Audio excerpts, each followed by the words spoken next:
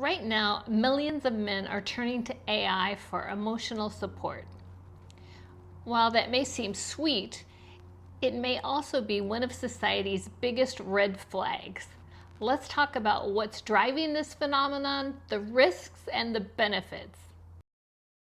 Welcome. Thank you for being fearlessly, fabulously you. Hi, I'm Yvonne with Fearless and Fabulous, a website for women who plan to make the rest of their life the best of their life. We talk about everything from solo travel to adventures to fun to relationships, and this one's kind of about society in general. AI girlfriends may seem like the stuff of science fiction. However, it's a very real thing. Millions of men are turning to AI for companionship. They do it through chats, through apps, and through virtual partners that they create themselves on websites set up for this very thing.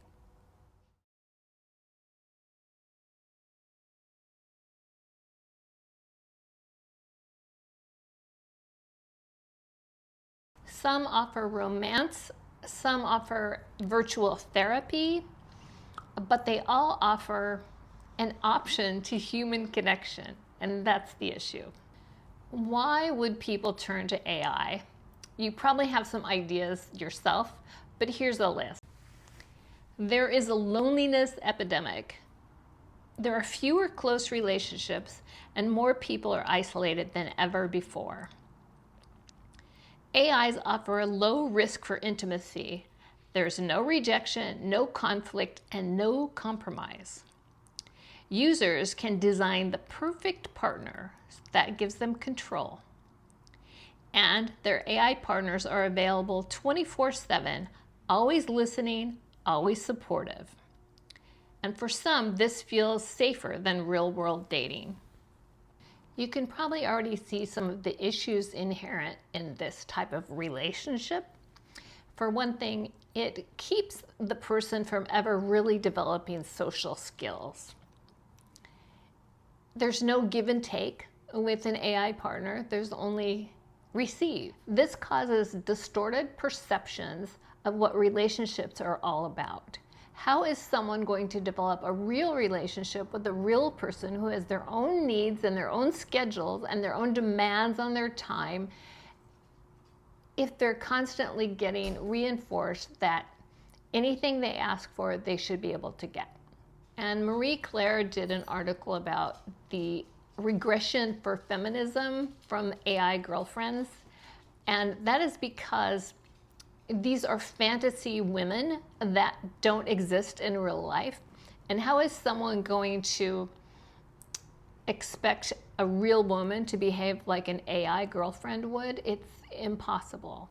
The only way to make that happen, of course, is by controlling the relationship in destructive ways.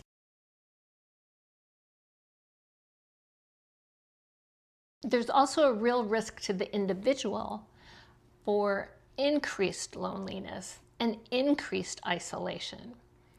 So while there may be some benefits to the individual immediately, for instance, people that have trouble relating to other people and are lonely, they can find sort of companionship with AI, but that's not real.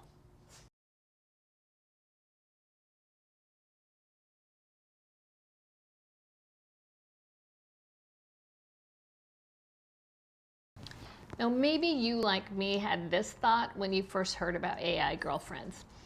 Well, good, at least the incels will have someplace to go.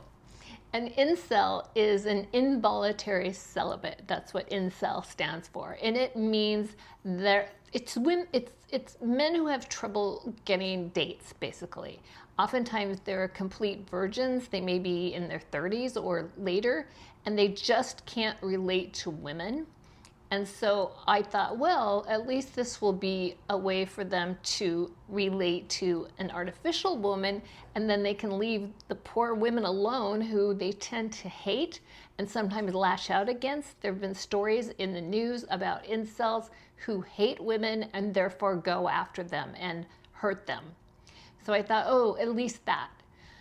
But how are they ever going to grow if they don't have a real relationship, if they don't at least attempt real relationships? How will they ever learn anything about themselves? Because relationships are great teaching tools.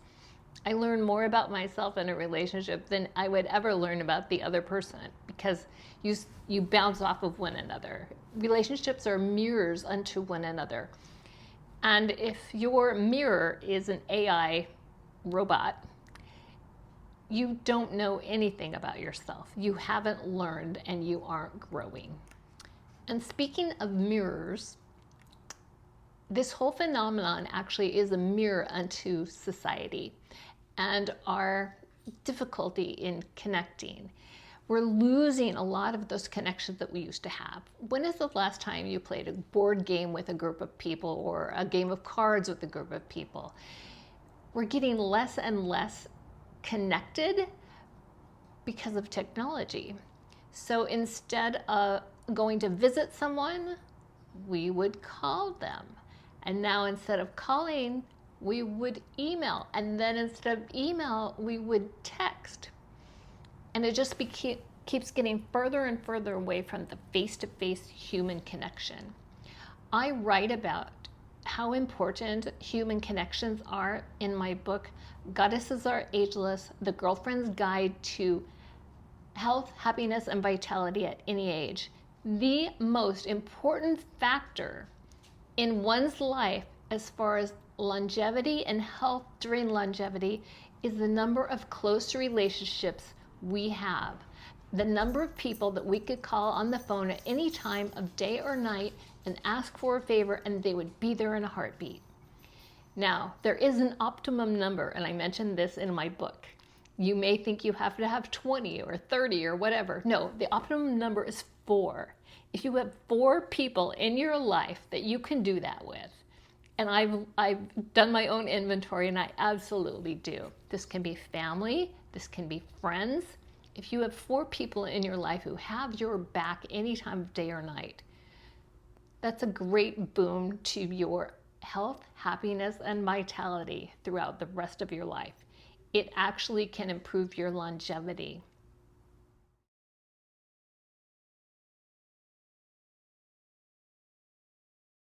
There's a real mental health concern as well. Therapists have said that AI can increase anxiety and feelings of self-loathing, and then there's no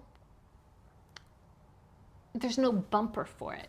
So in other words, they're in a conversation with an AI chatbot, and what if that chatbot says something, or that virtual partner says something that sets off a chain of reaction inside a person? Now, in a one-on-one relationship, a real life relationship, usually someone can pick up on those emotional cues.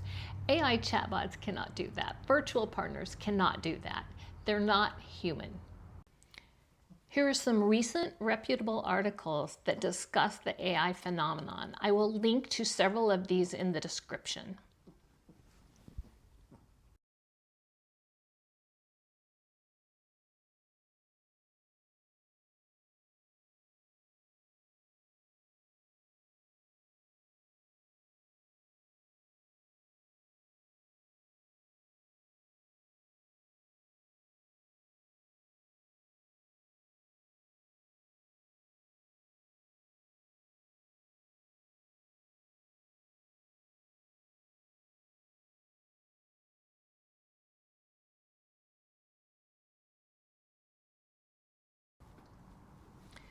One woman spends $200 a month to flirt with her AI boyfriend.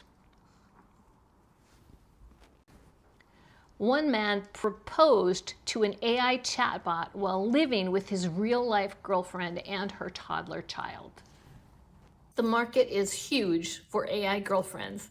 Estimates are that it's a $28 billion market already, and experts are predicting it to reach 100 billion or more by 2034. So how do AI bots make their money? Well, they make it for the companies, not for the AI girlfriends themselves, obviously. They do it through premium apps, extra time, like extra memory. They do it through gifts. You can purchase gifts for your online girlfriend. One gentleman spent more than 10,000 euro on jewelry and lingerie for his AI girlfriend. And then she would wear it online so he could see it on her. 10,000 euro. So what is driving the growth in AI? It is the increased realism of the AI girlfriends. It is sort of a cultural acceptance, if there is such a thing. And there is the loneliness epidemic. I say, if you're lonely, get a dog. Thanks for joining me. Stay fearless and fabulous, and I will see you next time.